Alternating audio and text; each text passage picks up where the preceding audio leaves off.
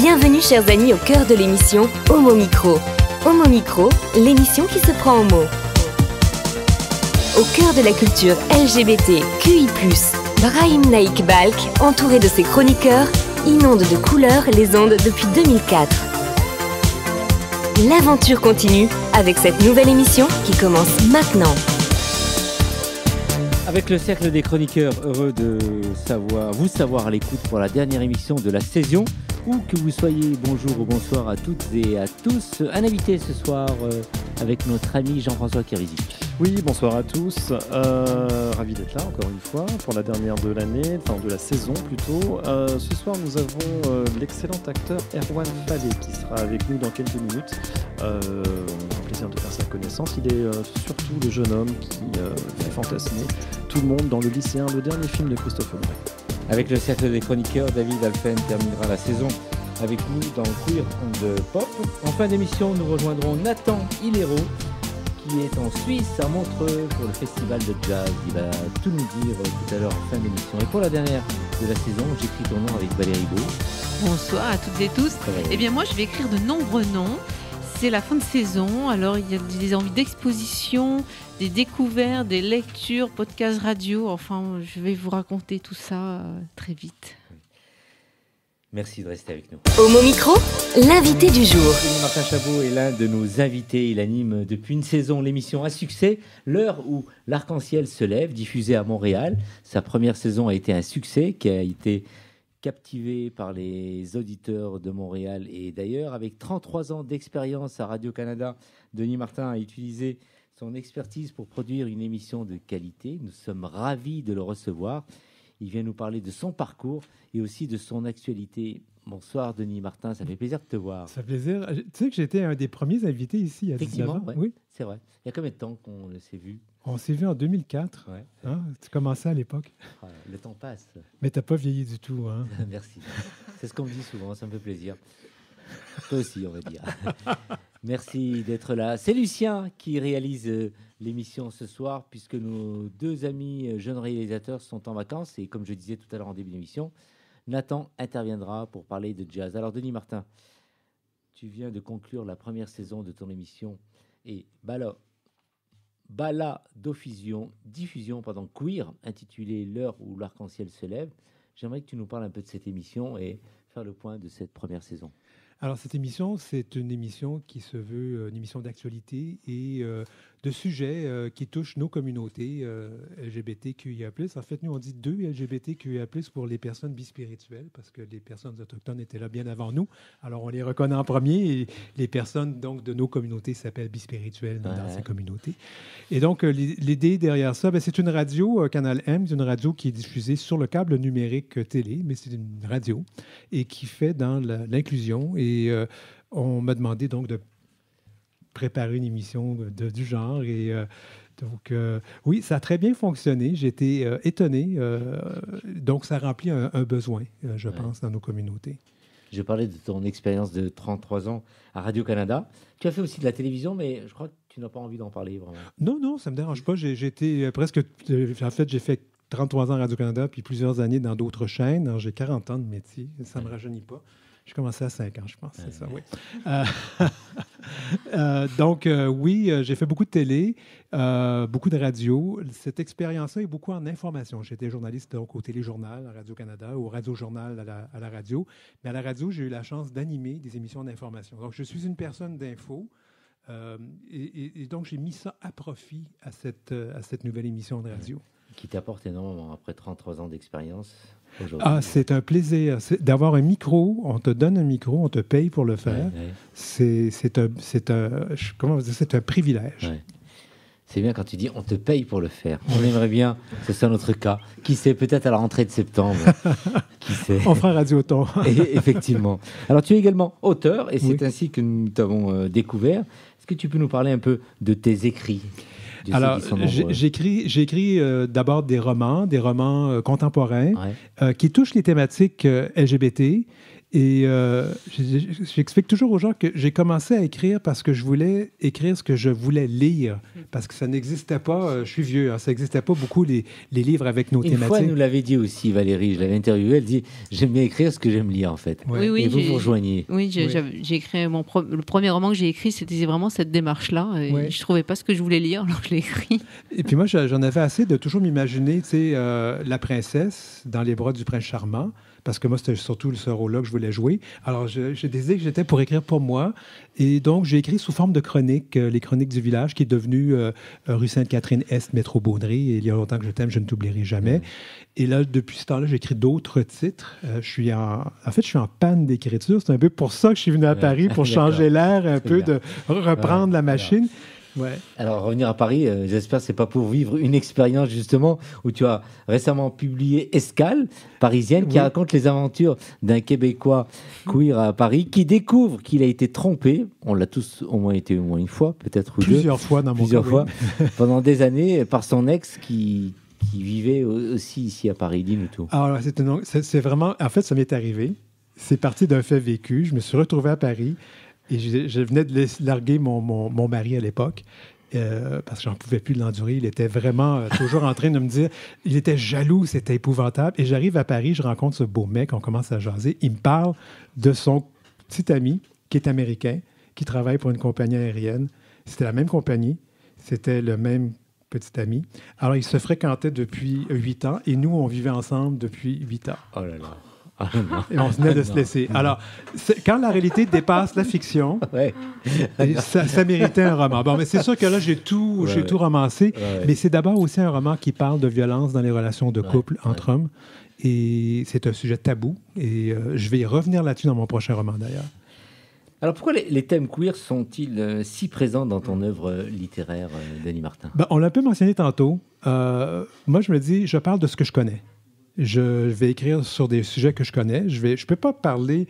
Je me sens pas à l'aise d'écrire une romance entre femmes. En fait, oui, j'en parle, mais de façon comme plus secondaire. Mais moi, je me dis, je vais parler de ce que je sais, de ma réalité.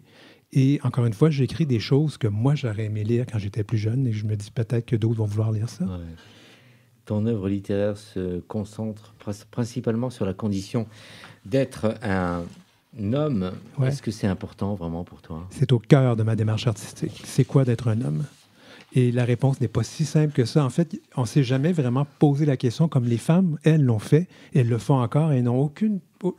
Là, je vais généraliser, puis vous me reprendrez, mesdames, si je me trompe, mais moi, il me semble que les femmes font cette démarche-là. Elles se remettent en question. Elles n'ont pas peur de se poser des questions, de se redéfinir, alors que nous, les hommes, si on a nos petites cases, il faut rentrer là-dedans.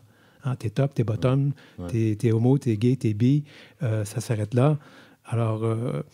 je pense que je remets tout ça en question. Est-ce que un homme a le droit de pleurer? C'est fou, je pose la question, puis oui, entre nous, on se le dit, mais c'est pas si clair que ça. Et je vais aussi loin que de me poser la question, est-ce que j'ai besoin de quelqu'un dans la vie pour être heureux? Alors, j'écris maintenant pour répondre à des questions, puis le pire, c'est que je pose des questions et je n'arrive pas à trouver les réponses. Mais ça fait des romans qui se lisent, alors c'est Ça déjà... fait avancer dans la vie, ça aussi. Se poser des questions si on ne trouve pas les réponses, il faut chercher. Il faut continuer de chercher. Alors, j'ai encore plusieurs romans à écrire. Il parlait de femmes. Est-ce que tu retrouves un peu les arguments de Denis Martin, Valérie? C'est-à-dire que les femmes doivent se faire une place. Oui. Donc, déjà, il y a la confiance en soi qui vient pas d'emblée, parce que l'homme, d'emblée, il a la place de choix sous le règne du patriarcat. Donc, ce manque de confiance fait se questionner. Et forcément, pour prendre sa place dans la société, le fait d'aller à l'avant, on va dire de l'avant, fait se questionner sur sa place. Et ça rejoint un peu ce que tu dis. Et surtout que moi, je considère que les femmes sont tellement occultées, et les femmes lesbiennes encore plus. Alors, ça fait aussi partie de beaucoup de ma démarche en tant qu'artiste, de voir est-ce que je peux aussi ouvrir une porte, parce que ça prend des alliés dans la vie. Et puis je pense que ça va aussi dans le même sens que tu dis, parce que en tant que queer, on est aussi occulté, on est moins qu'un homme, on est moins que... ou encore quelqu'un qui va me dire, je t'aime bien, même si... Alors, c'est ça qui fait travailler cette démarche que j'ai en moi lorsque j'écris. Denis Martin, en 2012, tu as fondé Fierté littéraire. Ouais. Là, ça va vraiment plaire à Valérie. Un organisme culturel qui célèbre la littérature queer. Comment ça se passe? Dis-nous tout. Alors ça, c'est encore une fois, je voulais avoir pendant le Festival des Fiertés à Montréal qui est en août. Je disais, j'aime beaucoup les drag queens, j'aime beaucoup tout ce qui se passe, les hommes en petite tenue, c'est bien agréable, mais je voulais quelque chose qui me parle à moi. Puis je me dis, si ça n'existe pas, je vais le créer. Alors j'ai créé un festival littéraire qui maintenant est rendu à sa 14e édition. Et ça va se passer donc, l'été. Cet été. C'est très loufoque. J'aime beaucoup faire des livres et des paillettes. C'est une drag queen qui fait un plateau sur une scène, Barbada, que vous connaissez peut-être, qui présente donc 4 personnes qui ont écrit, auteurs, autrices ou auteurs, pour être non-binaire. Et c'est un plateau où les 5 personnes parlent de chacun leur tour, mais tout le monde interagit. C'est vraiment intéressant. Et Barbada, c'est quand même un enseignant dans la vraie vie, donc a une connaissance littéraire assez poussée.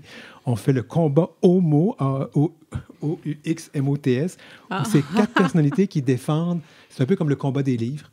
Et chacune défend un titre, et puis on élimine un titre à toutes les 20 minutes.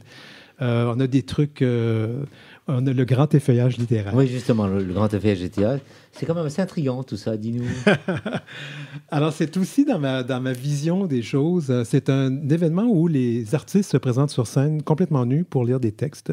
Et j'anime, c'est la 3e année que je fais ça. Moi, je verrais bien Jean-François comme ça, je sais pas, tout d'un coup, ça me vient à l'idée. Jean-François. Mais vous ne pouvez pas vous imaginer d'abord au niveau artistique. J'ai fait des photos nues déjà, donc on en est. Voilà. Moi, je pense qu'il y a très peu de personnes qui ne m'ont pas vu à poil parce que j'ai pas mal de photos partout sur les internets, mais bon, ça, c'est autre chose. Et c'est pas des photos de sexe. Des photos de nus, c'est pas des photos de sexe. Mais la nudité, comme vecteur artistique, c'est incroyable. Moi, je fais un numéro qui s'appelle Homophobie, X. C'est sur donc la violence sur les réseaux sociaux qu'on se prend plein la gueule. Et quand les gens arrivent dans la salle, je suis flambant nu en plein milieu de la salle, il y a quelqu'un qui a des marqueurs qu'on peut laver et on demande aux gens d'écrire sur mon corps des insultes ou des mots, des choses qu'elles ont subies ou qu'ils ont subies. Et ça me motive après ça à faire une espèce de texte qui dure à peu près une dizaine de minutes. Et je suis dans la salle et souvent, ce que je fais, je vais rentrer dans la bulle des gens. C'est quand même pas désagréable, mais ça désoriente quand tu as quelqu'un qui s'installe juste devant toi et qui dit « Qu'est-ce qui est écrit ici? » Ouais. Et c'est vraiment très libérateur parce que tu n'as rien pour te couvrir, tu n'as que tes mots. Et je peux te dire qu'après un bout de temps, les gens ne voient plus, ne regardent plus. Et nous, on célèbre la diversité corporelle. Cette année, j'ai les 3 ours qui ont écrit un texte, donc 3 hommes d'une certaine corpulence avec un certain nombre de poils qui vont se présenter sur scène.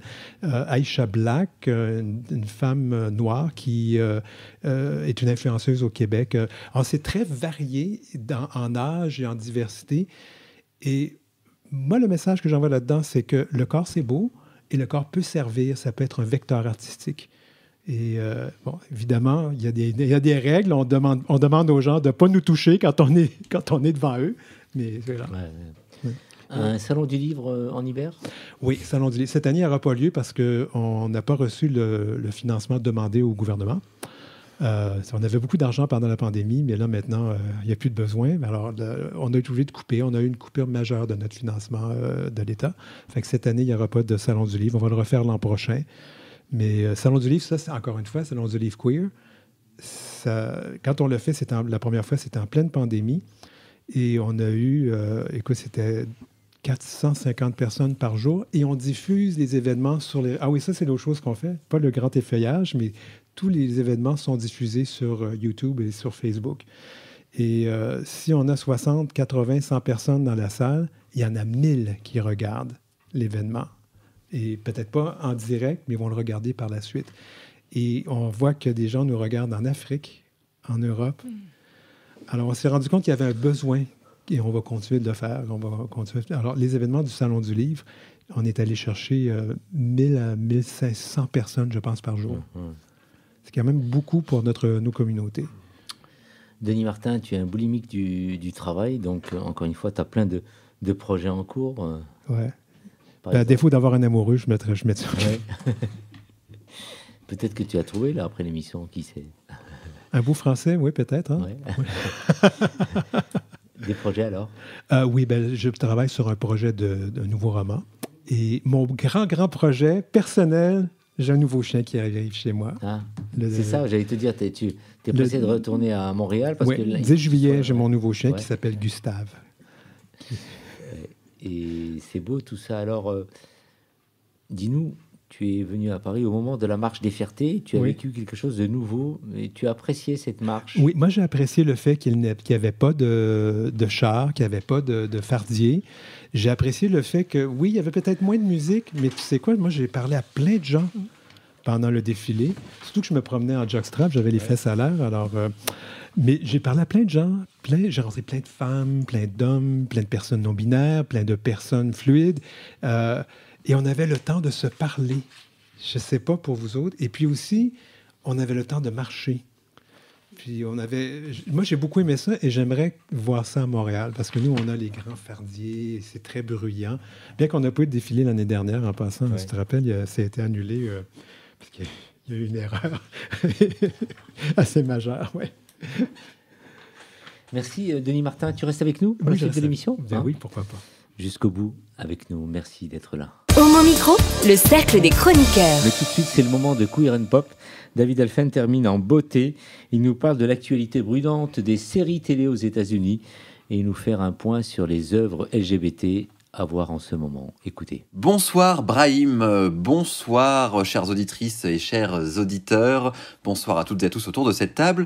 Ce soir dans Queer and Pop, je reviens pour vous parler un petit peu de la grève des scénaristes et avec quelques conseils de séries LGBT à regarder en attendant que nos séries favorites reviennent. Alors la grève des scénaristes, c'est quoi exactement ? Eh bien, les scénaristes américains sont en grève depuis maintenant plusieurs semaines. Et qu'est-ce qu'ils réclament ? Pourquoi ils sont en grève ? Eh bien, tous les scénaristes de séries télé et de cinéma anglo-saxons réclament des meilleures conditions de travail. Ils se plaignent d'abord des pourcentages et des royalties qu'ils touchent depuis quelque temps sur les rediffusions des séries, qui a été considérablement diminué. Pour vous donner un exemple, un scénariste moyen américain touchait en moyenne pour une rediffusion de séries assez populaires environ $10,000. Et bien maintenant, il touche à peine $600. Donc évidemment, c'est très très important comme diminution, alors que les studios et les plateformes font beaucoup plus d'argent qu'avant. L'autre chose dont se plaignent les scénaristes, c'est la réduction du nombre d'épisodes. Et oui, avant, on avait des saisons pour des séries comme Desperate Housewives, Lost, Buffy contre les vampires, Dawson ou Grey's Anatomy, des saisons de 22 épisodes, donc ça fait quand même beaucoup d'épisodes à produire, beaucoup d'épisodes à écrire, donc beaucoup de rentrées d'argent, mais les plateformes ont diminué, c'est ce nombre d'épisodes pour des séries comme You, comme La Casa de Papel, comme The Boys, à des saisons de 5, 8, 10 épisodes grand maximum, ce qui fait évidemment beaucoup moins d'épisodes à concevoir, donc moins d'argent dans les caisses, avec parfois des contrats d'exclusivité. Un scénariste est obligé de n'écrire que pour une certaine série, il n'a pas le droit d'aller voir d'autres séries, car évidemment s'il pouvait continuer à faire une vingtaine d'épisodes par an en allant d'une série à l'autre, les choses seraient beaucoup moins compliquées. Il se plaint également de la conception des mini-rooms. Alors la mini-room, la mini-salle en français, c'est une salle de scénaristes où au lieu qu'un scénariste puisse avoir un pool de scénaristes très très large avec une 5, 10, 15, 20 scénaristes dans l'équipe, des scénaristes très chevronnés, d'autres débutants, qui permettent d'avoir différentes voix et également de faire connaître un petit peu le travail des scénaristes. Désormais, le travail des scénaristes est réduit à n'engager que 2 ou 3 scénaristes pour faire les premiers épisodes de la série. Les producteurs disent que c'est pour évidemment ne pas prendre trop de risques, sauf que ça veut dire que la série démarre avec une salle et des idées moins riches, moins denses, ce qui est par exemple quelque chose au niveau artistique qui pose beaucoup de problèmes, tout comme le fait que les scénaristes ont de moins en moins accès au plateau de tournage, ce qui n'est pas non plus évident, puisque être sur un plateau de tournage pour un scénariste, ça lui permet de réécrire le scénario, ça lui permet également de pouvoir retoucher des choses en direct, voir si les comédiens n'arrivent pas à dire une réplique, s'il faut pas également la remanier. Ça permet également de se rendre compte de petits détails du plateau, des détails du décor dont on n'a pas forcément conscience, un pot de fleurs ici, une porte là, qui pourront être réintégrés et réutilisés dans de futurs scénarios, mais également ça permet aux scénaristes d'apprendre le métier de réalisateur, le métier de producteur, donc de pouvoir devenir au final un jour ce qu'on appelle showrunner, en français on dit directeur de collection, c'est-à-dire pouvoir créer leur propre série et la chapeauter de A à Z. Et ça maintenant ce n'est plus possible, ou en tout cas de moins en moins. Donc c'est très compliqué. La dernière grève des scénaristes en 2007 avait duré 100 jours pile poil, en sachant que les Américains n'ont pas d'aide évidemment quand ils font grève, n'ont pas d'argent, même si la guilde des scénaristes américains a mis un fonds à disposition pour les scénaristes qui seraient le plus en difficulté à cause de la grève. Mais donc c'est de l'argent qu'ils perdent. Mais évidemment les Américains font moins souvent grève que nous. Ils ont moins l'esprit de contradiction par rapport au gouvernement. En tout cas, ils le manifestent moins. Par contre, ils font grève beaucoup moins souvent, mais quand ils le font, ils ne le font pas qu'à moitié, puisque voilà, les manifestations avaient déjà duré 100 jours la dernière fois. Cette fois-ci, on repart sur quelque chose de similaire, mais ils se retrouvent face à des grandes plateformes comme Netflix, Amazon, Disney+, pour ne citer que. Vont-ils réussir vraiment à faire face, à obtenir ce qu'ils veulent? Ce n'est pas sûr. La dernière inquiétude des scénaristes, c'est évidemment, on en parle beaucoup en ce moment, les intelligences artificielles, les IA ou AI, selon la langue dans laquelle vous prononcez, qui pourraient créer des films ou des scénarios juste en mettant quelques mots-clés, sans avoir besoin de la créativité humaine, en sachant aussi que ces IA arrivent à être créatives en volant et en analysant ce qui a déjà été fait auparavant, donc des films et des scénarios qui existent déjà. Donc il y a également une idée de vol et de plagiat des IA qui inquiètent beaucoup les artistes américains actuellement. Alors, beaucoup de séries LGBT en cours vont s'arrêter ou ne seront pas écrites. Il va y avoir donc un décalage. Ça veut dire que pour nous, en tant que consommateurs, en tant que fans de séries télé, il faudra attendre au moins le mois de janvier 2024 pour avoir des épisodes inédits, le temps que les épisodes soient écrits puis tournés. Heureusement, certaines séries sont déjà écrites, donc on ne sera pas en disette de séries télé. On pourra découvrir cet été une série très attendue, je le sais, chez nous à Homo Micro, qui est Heartstopper. Heartstopper saison 2, après le succès incroyable de la saison 1. Ils reviennent, Nick et Charlie, nos deux lycéens anglais reviennent le 3 août. Voilà, l'intégralité de la saison 2 sera disponible le 3 août sur Netflix. Magnifique histoire d'amour entre deux jeunes lycéens gays et de leur très bonne amie, une femme transgenre. Elle a eu beaucoup de succès, on en a déjà parlé à de nombreuses reprises autour de l'antenne, principalement avec Anna. On espère que la saison 2 sera à la hauteur, la saison 2 qui adaptera donc les bandes dessinées, puisque Heartstopper à la base est une bande dessinée, je le rappelle, et ce sera donc l'adaptation des livres 3 et 4, voilà, et ça a déjà été renouvelé pour une saison 3, donc on aura encore Heartstopper pendant pas mal de temps, en tout cas. Vous pourrez retrouver également la saison 2, pareil, de l'autre grand succès du moment, Drag Race France, l'adaptation française de RuPaul Drag Race, toujours animé par les mêmes jurés et par le même host, comme on dit en anglais, la même présentatrice qui sera donc Nicky Doll qui revient, toujours produit par Endemol, diffusé sur France TV / Drag Race France saison 2. C'est très attendu, il y aura probablement des visionnages comme pour le foot directement dans des bars et des restaurants, des Drag Race Watch comme on dit, et ça commencera le jour de la Gay Pride à Paris puisque ça démarrera le 24 juin prochain, donc pareil, très attendu, et la saison nous accompagnera tout l'été, donc on pourra tranquillement profiter des vacances, pour ceux qui sont en vacances, ou en tout cas de l'été, en compagnie de nos drag queens françaises préférées, un concours qui s'annonce palpitant pour sa saison 2. Voilà, donc de quoi s'occuper en attendant la grève des scénaristes. Et puis si vous n'avez pas encore d'idées, plein de séries de retard, vous pouvez regarder 911 911 saison 4 avec le couple gay qui revient, son couple gay principal composé quand même d'un policier et d'un pompier, ce qui est assez rare. On est habitué à avoir des personnages gays, des personnages LGBT dans des milieux artistiques, comme on a pu voir dans Glee ou au lycée, des histoires de coming out, mais des adultes qui montrent une représentation un peu inédite, un peu différente, avec des codes là plutôt dans une certaine masculinité viriliste, de toute cette masculinité très forte que représente en général le fantasme du pompier ou du flic, un peu dur, avec les armes, avec souvent une demoiselle en détresse à sauver. Et là, on déconstruit les codes dans cette série très populaire aux États-Unis, puisque diffusée à la rentrée sur ABC, la série va changer de chaîne, ça arrive des fois, et en France sur M6, la série a une diffusion très large en France sur M6 et également sur Disney+, donc vous pouvez la rattraper soit sur M6, soit sur Disney+, 911 Lone Star, 911 Lone Star, 911 Lone Star, que je vous conseille également. Vous avez également les nouvelles saisons de The L Word, The L Word Génération Q, qui vient d'être annulée malheureusement. Et oui, pas de suite pour The L Word Génération Q, mais la série aura peut-être une 3e suite, puisque c'était déjà la 2e itération de la série, avec peut-être une version en cours d'étude, The L Word New York. Donc on retrouvera de nouveau les héroïnes de The L Word, mais dans une version new-yorkaise. Ça pourrait être très très très chouette. Donc encore quand même pas mal de choses pour s'occuper au niveau des séries télé LGBT. Et je sais pas, je me demande, est-ce que vous, autour de la table, vous avez des séries LGBT que vous regardez en ce moment ou des séries que vous attendez ? Oui, effectivement, autour de la table, on a un certain nombre de choses. Vous avez entendu un peu David ? Non, on va le retrouver, on lui propose de le retrouver donc en septembre prochain à la rentrée, donc le 4 septembre. Merci David, passe un bel été. Homo Micro, l'invité du jour. C'est maintenant le moment de retrouver Jean-François Karizik, accompagné d'un talentueux comédien qui brille dans le film captivant Le lycéen de Christophe Honoré. Bonsoir à tous les deux. Eh ben rebonsoir, Bonsoir. Salut Erwan, merci d'avoir accepté mon invitation. C'est un fait rare d'avoir un comédien en pleine montée, professionnelle sur ce plateau, je crois, donc je suis absolument ravi. Comment ça t'est arrivé ? Comment t'as rencontré le cinéma pour commencer ? J'y touche un peu depuis le début de ma vingtaine peut-être. On m'a proposé plusieurs fois d'apparaître dans des petits trucs d'amis ou d'amis. Et là, c'est un truc un peu de réseau, je dirais que c'est un ami qui a parlé de moi au directeur de casting de ce film-là. Du lycéen d'Honoré. Et le directeur de casting donc cherchait un personnage un acteur pour jouer mon personnage. Il était un peu en galère dans ses recherches et du coup mon pote lui a parlé de moi et ça s'est fait comme ça. Mais c'est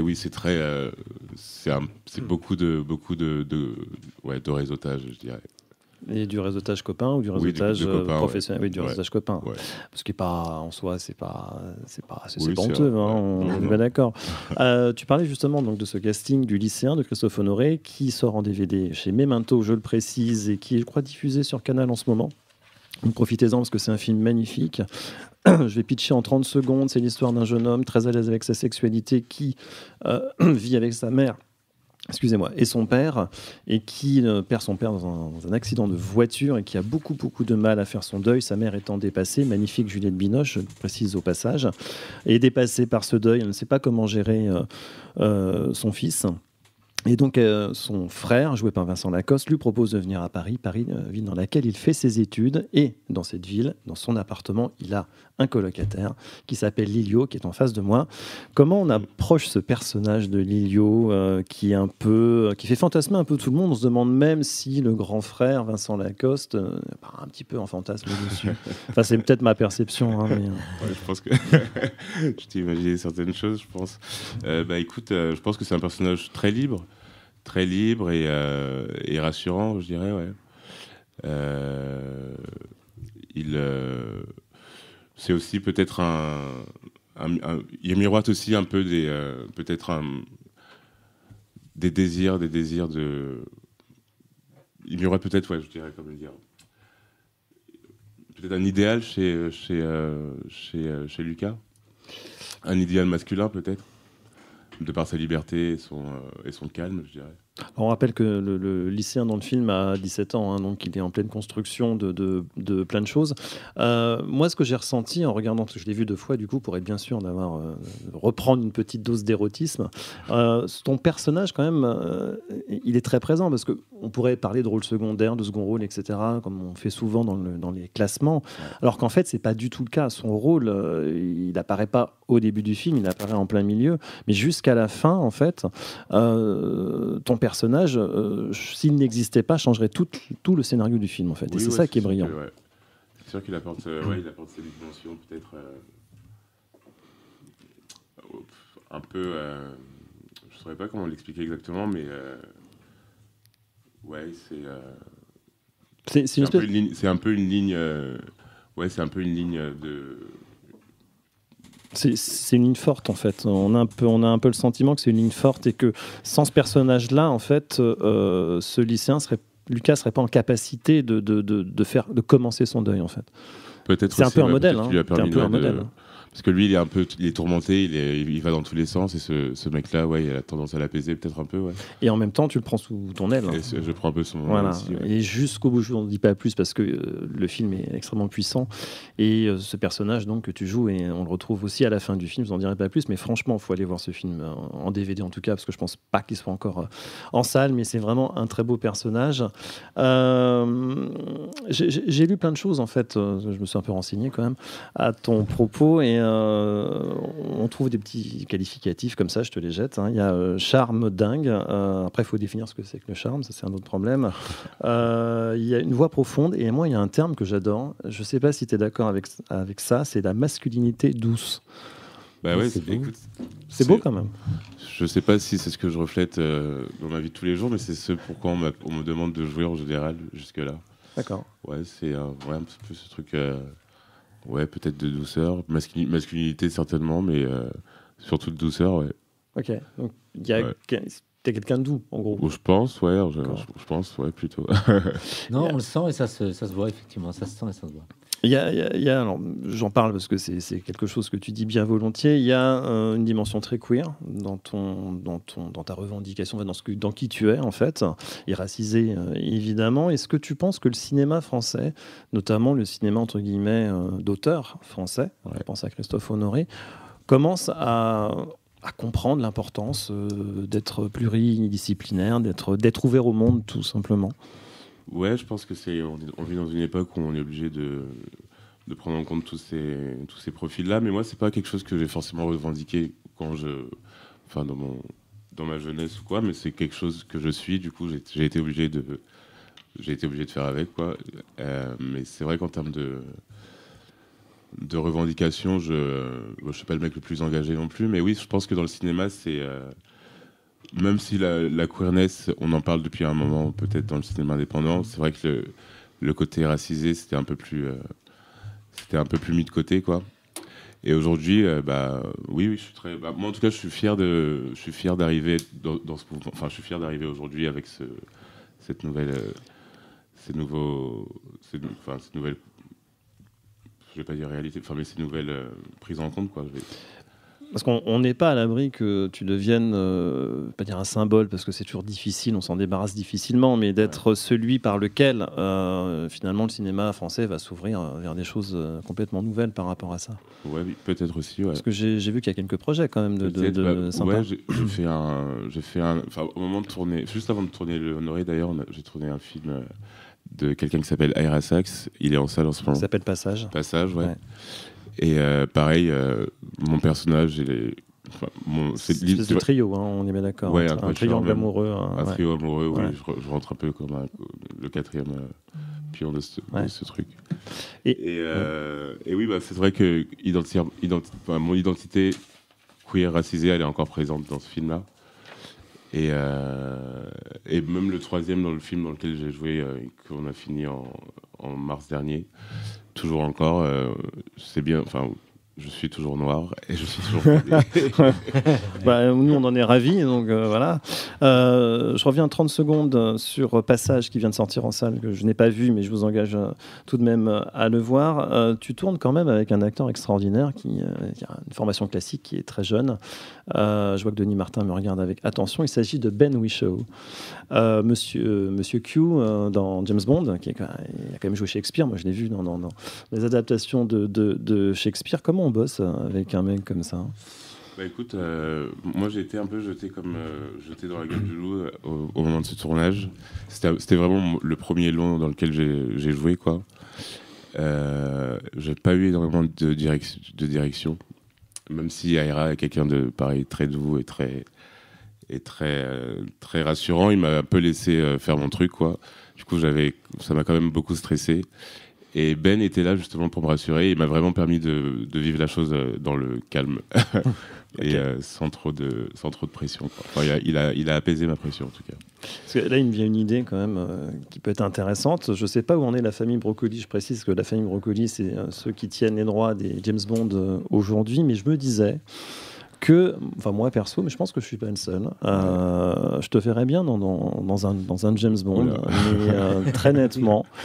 Dans le rôle de James Bond aussi, parce que je crois qu'ils sont en train d'essayer de chercher un personnage. Depuis, c'est vrai que... Et le fait de prendre un James Bond racisé, c'est quelque chose qui n'arrive pas à l'esprit. Qui passe pas... Ah si, ça leur est venu à non, l'esprit. mais j'ai vu ce matin que Idriss Elba, il allait refuser le rôle parce que justement... parce que l'opinion, elle n'était pas forcément prête à ça, quoi. D'accord, moi j'avais. Et du coup, lui-même a décidé de refuser le rôle. Okay. J'ai vu ça ce matin. Bon, bah écoute, marrant, alors je pense que la prochaine fois, je pense qu'on va finir par faire des progrès quand même dans ce pays, dans cette Europe. La prochaine fois, je pense qu'il faut que tu te présentes vraiment. Maintenant que tu connais Ben Whishaw, en plus tu connais la moitié du casting quasiment, donc il n'y a même pas à toi, tu n'as absolument plus de surprise.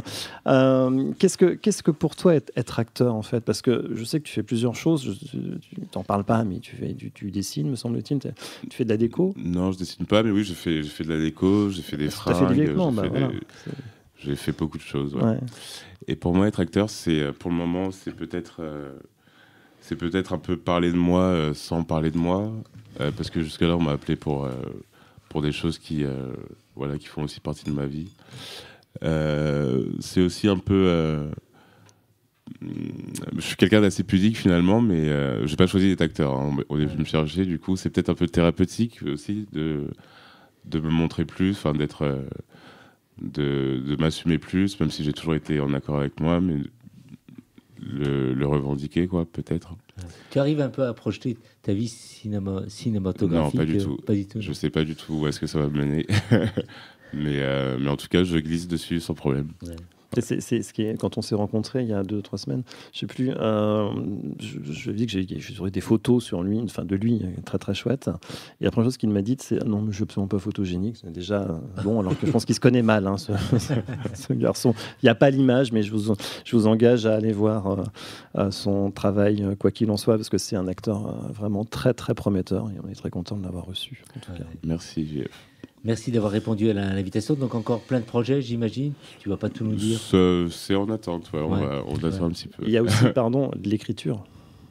Et oui, ça ce sera le projet à long terme, mais oui, il faudrait que j'arrête de procrastiner là-dessus. Ouais. Merci de rester avec nous pour la suite de l'émission. Bien sûr.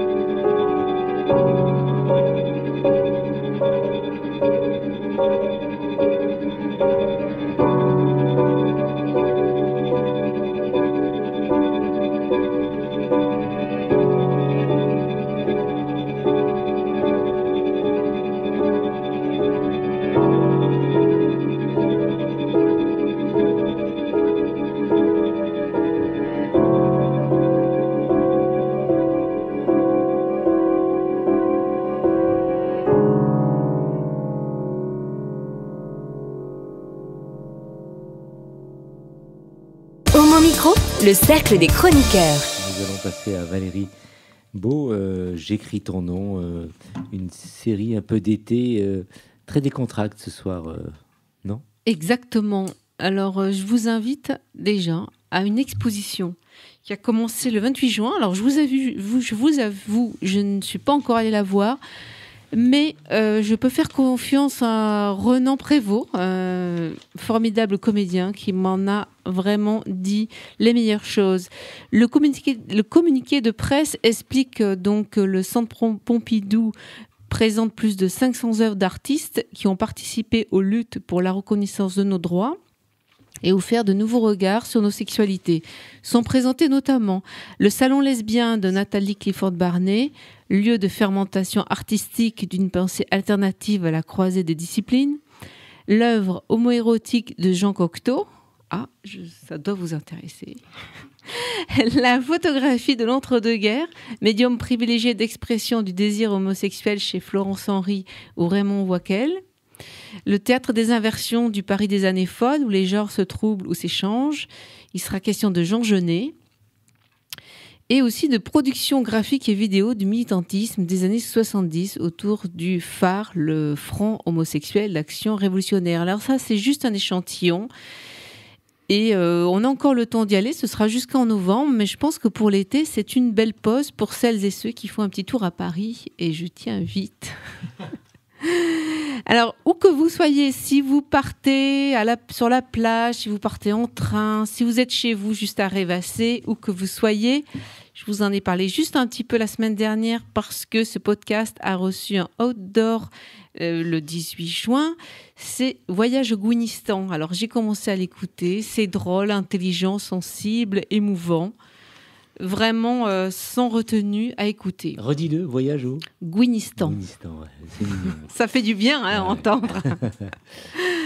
Donc, c'est avec deux journalistes suisses. Nous, on a le droit d'utiliser ces mots-là, mais pas les autres.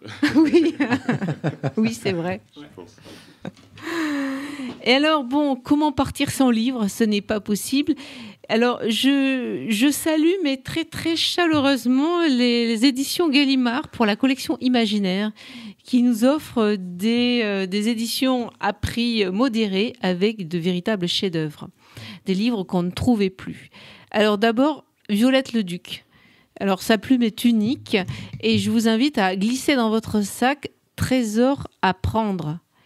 Alors, voici le sujet. Sur les conseils de Simone de Beauvoir, Violette Leduc décide de parcourir la Provence en sac à dos. Ce livre est le fruit de cette aventure, un authentique journal de voyage qui décrit les endroits qu'elle traverse, ses rencontres fortuites, ses réflexions, ses flâneries. Mieux que ces mots-là, les siens. Alors, je vous lis un petit passage. Je ne me lasse pas du menu.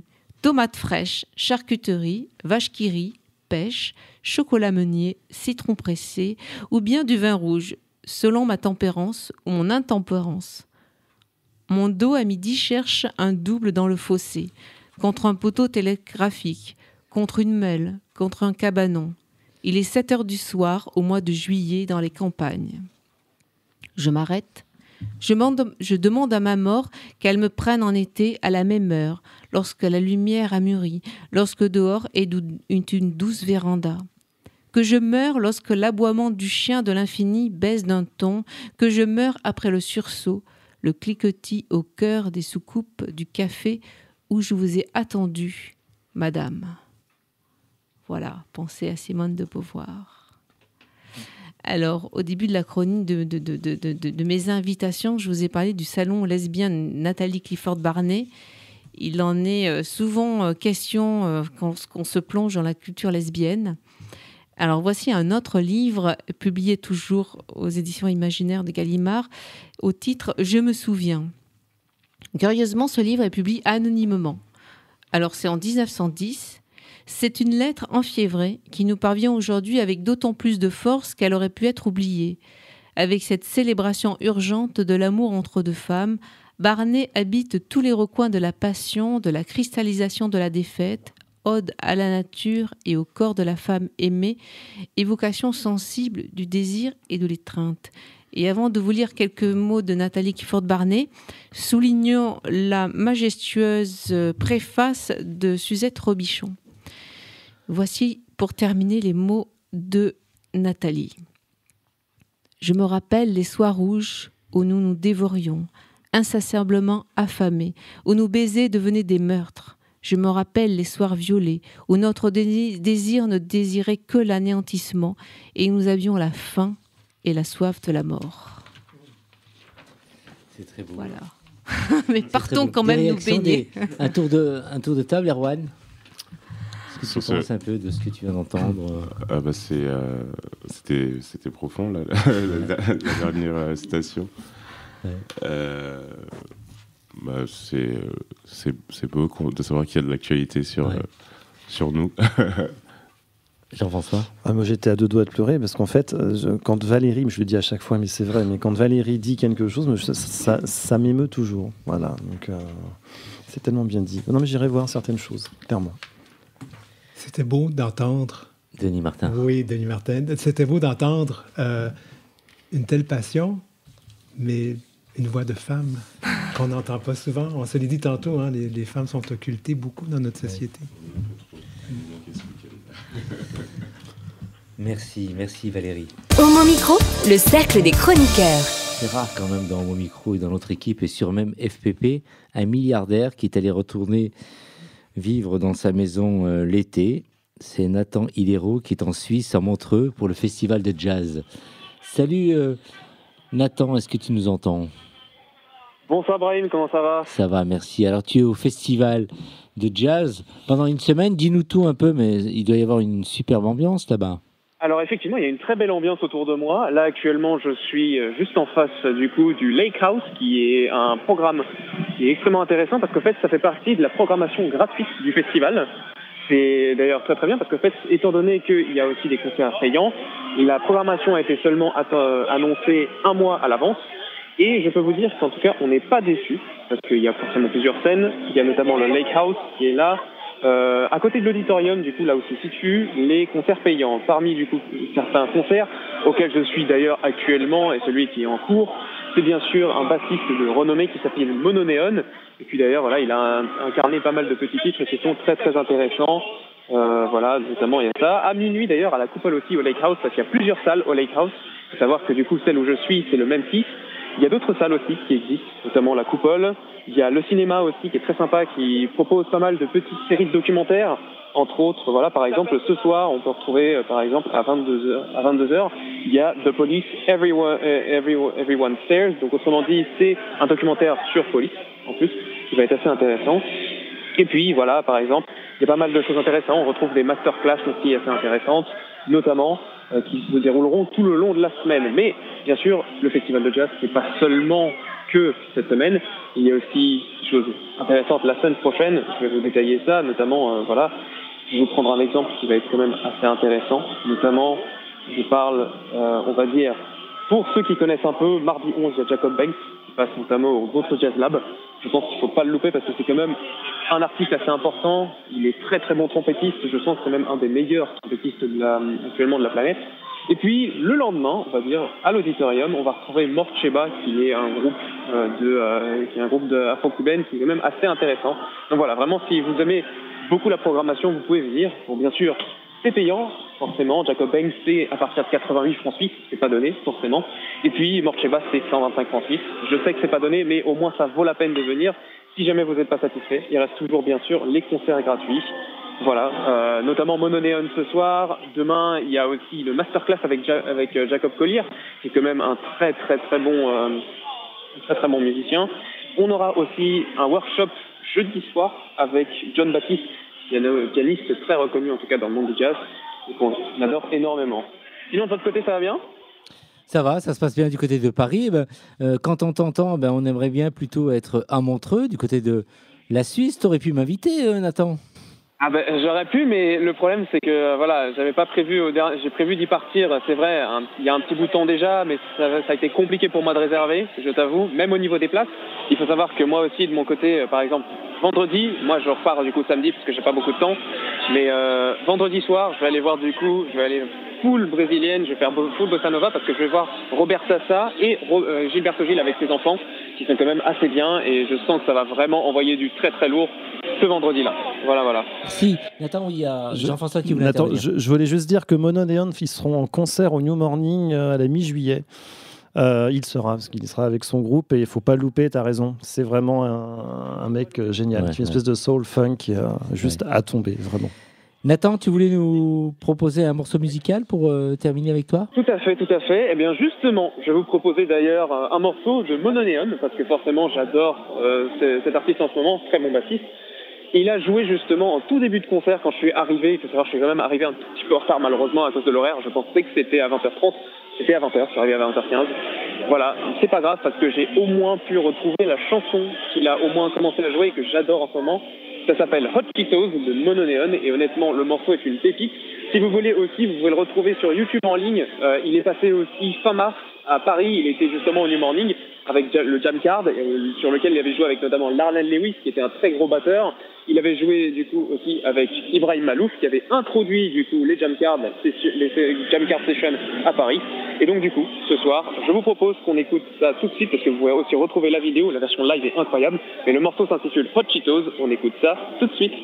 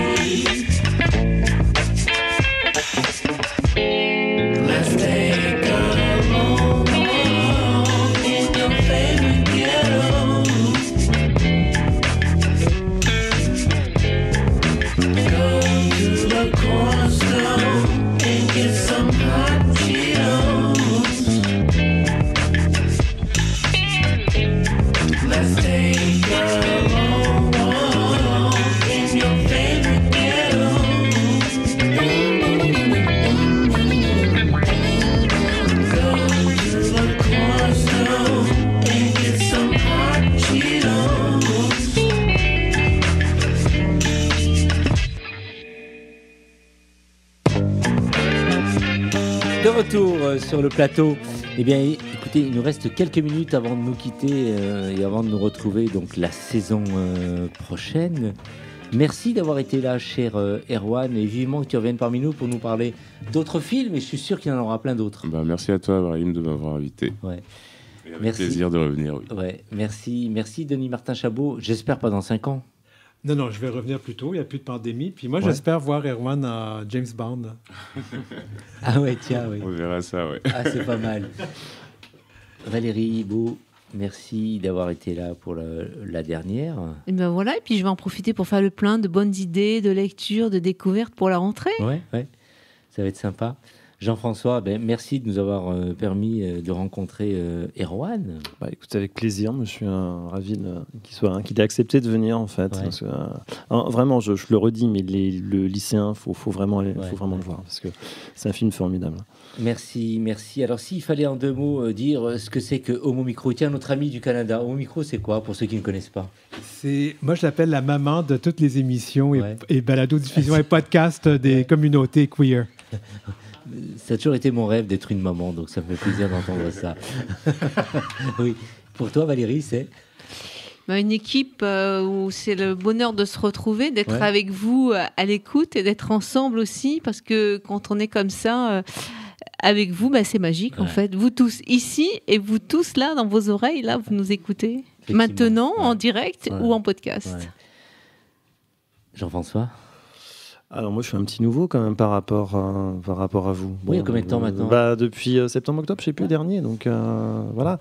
Non mais c'est un vrai plaisir. Ce que tu disais, c'est que il y a un petit côté famille qui est très sympa, de respect, d'écoute des uns des autres. Je trouve ça assez intéressant. On s'enrichit mutuellement, je pense, quelque part. Enfin, en tous les cas, c'est ce que je ressens. Et puis en plus, ce qui est intéressant aussi, c'est que même quand on ne participe pas à l'émission du jour, on prend vraiment plaisir à l'écouter. On est vraiment dedans à chaque fois. Je ne sais pas comment font les autres radios, s'ils écoutent leurs petits camarades ou pas. Je ne sais pas. Mais je trouve ça, c'est vraiment religieusement, toutes les semaines. Alors, religieuse, oui. Enfin, ça dépend de quelle religion on parle, mais oui, il y a une forme de respect. C'est la seule religion que je pratique. Voilà. Mais j'écouterai la tienne maintenant. Maintenant que je t'ai vu en vrai, j'aime bien voir les gens en vrai. Alors, dès la rentrée de septembre prochain, il y aura une nouvelle chronique qui interviendra, on va dire, une fois par mois, histoire de faire revivre un peu Fréquence Gay. Donc, l'idée, c'est de repasser un peu des sons de l'ancienne émission FG qui a duré. Fréquence Gay, ça parle à qui? À tout le monde, j'espère. Jean-François. Oui. Enfin, moi, je me souviens c'est une radio très musicale, mais les origines. Musicale, mais même avant, c'était pas que de la musique, Valérie. Tu en as ça, par contre, je m'en souviens pas. Eh bien, juste comme ça de nom, mais en fait, je vais découvrir. Ouais, ils vont découvrir. Mais FG, c'est quand même une émission où il y avait plein de thématiques développées. C'était une radio qui permettait des rencontres, plein de rencontres. C'était une émission très culturelle aussi, et je serai amené à partir de septembre prochain de faire intervenir des membres de FG, des anciens, pour faire revivre un peu cette radio et pour démontrer que finalement le combat ne se termine pas. Ça a commencé avec FG et ça fait plaisir parce que ça continue avec Homo Micro, avec ton émission Denis Martin Chabot, et on doit continuer un peu dans la lutte. Alors, à toutes les auditrices et auditeurs, et au nom de toute l'équipe de Homo Micro, je tiens à exprimer nos remerciements pour votre écoute tout au long de cette saison qui vient de s'écouler. Votre fidélité et votre enthousiasme sont notre plus grande motivation. Je souhaite également adresser mes remerciements les plus chaleureux à toute mon équipe qui a été à mes côtés durant cette aventure radiophonique extraordinaire. Leur expertise, leur créativité et leur dévouement ont grandement contribué au succès de notre émission. Le Cercle des Chroniqueurs, c'est avec Annabelle Guiraud, Valérie Beau, Anne-Catherine Mesure, Denis Martin Chabot, Éric Garnier, Antoine Duvignal, Jean-François Kervizic, David Alphen et Julien Pontes. Leur intervention pertinente et leur point de vue éclairé ont enrichi nos débats et nos émissions. Leur passion pour leurs domaines respectifs qui a captivé notre audience. Sans oublier les réalisateurs que vous venez d'entendre, Nathan Hilero, mais aussi Anatole Macha, Amy Aguirre aussi qui était avec nous. Leur sens artistique et leur talent ont contribué à donner à notre émission une qualité sonore exceptionnelle et une mise en ligne de nos podcasts très bien soignés. Nous vous retrouverons donc, comme je le disais tout à l'heure, pour la 19e saison d'Homo Micro dès le 4 septembre prochain, lundi 4 septembre prochain. Nous avons hâte de vous offrir de nouveaux moments de découverte, de partage et de réflexion. À très vite pour vous offrir le meilleur de nous-mêmes. Passez un très bel été, on vous embrasse.